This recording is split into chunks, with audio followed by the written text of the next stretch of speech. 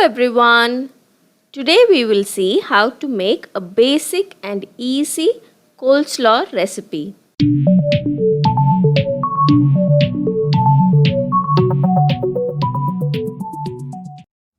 To make this simple coleslaw recipe, I have taken 3/4 cup of cabbage in a bowl.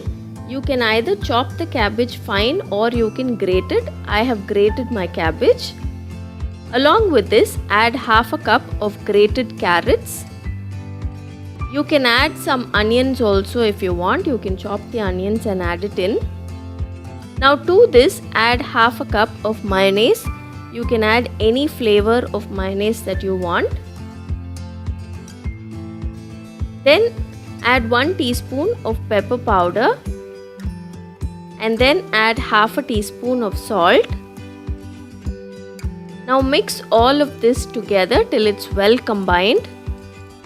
You can add some coriander leaves also if you want. That's it. Our simple and easy basic coleslaw recipe is done. You can have this as a salad itself, but I love to spread it on a bread slice and have it.